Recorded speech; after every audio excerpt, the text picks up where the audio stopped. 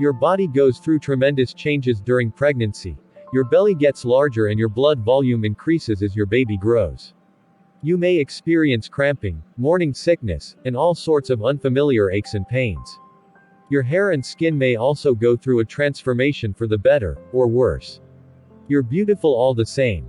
If you've noticed dark patches of skin on your face, you may have melasma. Here's more about this condition, why it crops up in pregnancy, and how you can treat it safely. What is melasma in pregnancy? Melasma is a skin disorder where the melanocytes, color-producing cells, in your skin produce extra pigment for some reason. In pregnancy, it's often referred to as cloasma, or the mask of pregnancy. Cloasma is a cosmetic concern. It doesn't affect your baby in any way or indicate any other pregnancy complications. People with more pigment in their skin, for example, those of African, North African, Middle Eastern, Latin or Hispanic, Asian, Indian, or Mediterranean descent, are more likely to develop cloasma, as they naturally have more active melanin production. Overall, between 50 and 70 trusted source % of people will develop some form of melasma during pregnancy. Symptoms of melasma in pregnancy. The primary symptom of cloasma is darkening of the skin on the face. You may notice dark patches or splotches on your forehead, cheeks, chin, or around your mouth. These areas may get darker the more you're exposed to the sun or the further along you are in your pregnancy. Pain, itchiness, or soreness are not symptoms of melasma.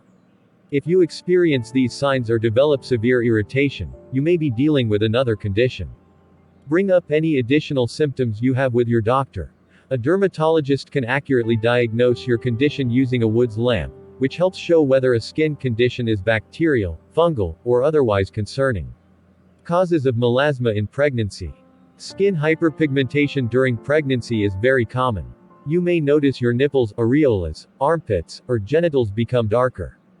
You may see a line, linea nigra, extending from the pubic area over the belly, or darkening of the skin all over the body. Changing hormones, particularly the excess of estrogen and progesterone, is the main cause of melasma during pregnancy. Beyond that, the dark patches on the face can be exacerbated by sun exposure, the use of certain skin care products or treatments, and even genetics. Cloasma may also be worsened by hormonal imbalances that may have been present even before pregnancy. Whatever the case, your melanocyte-stimulating hormones react to these triggers by making an excess of protective pigments, dark patches, on the skin called melanin. When melasma may start in pregnancy, melasma may start at any point in your pregnancy, though it most commonly begins in the second or third trimester. Again, there are a variety of factors at play when it comes to darkening pigment. Your skin color and type may make this condition more or less noticeable. How much you're out in the sun or even the time of year when you're pregnant may also affect when you first notice it. Does melasma go away after delivery? The good news is that this hyperpigmentation likely won't get worse after you deliver your child.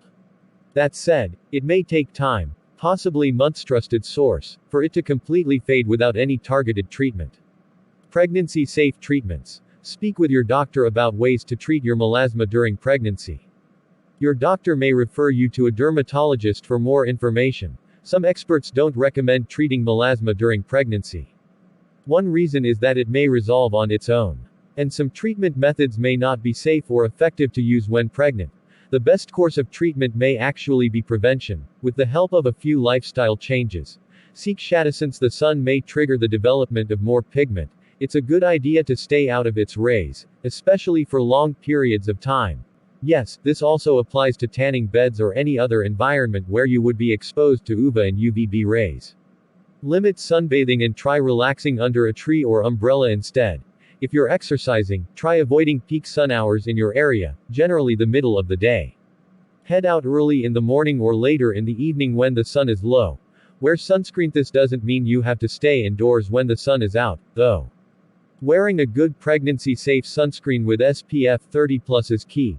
Look for products that contain zinc oxide, titanium dioxide, or other physical blockers mineral sunscreens, versus those that rely on chemical blockers. Physical blocking sunscreens tend to offer broader protection and may be less irritating to the skin. Dress for success. Another option for sun cover is clothing with or without UV protection, such as SPF rash guards or sun protective clothing. Even if it's hot outside, loose-fitting clothing can be comfortable and protect your skin. What about the face? Wide-brimmed hats are your best friend. And don't forget a stylish pair of sunglasses, the bigger the better. Use gentle skin care products. Face washes, lotions, and serums that irritate your skin may make melasma worse. Slather up with gentle products instead.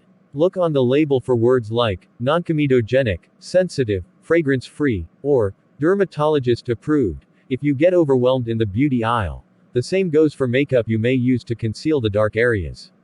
Look for non-comedogenic or hypoallergenic foundations, concealers, powders, and other products.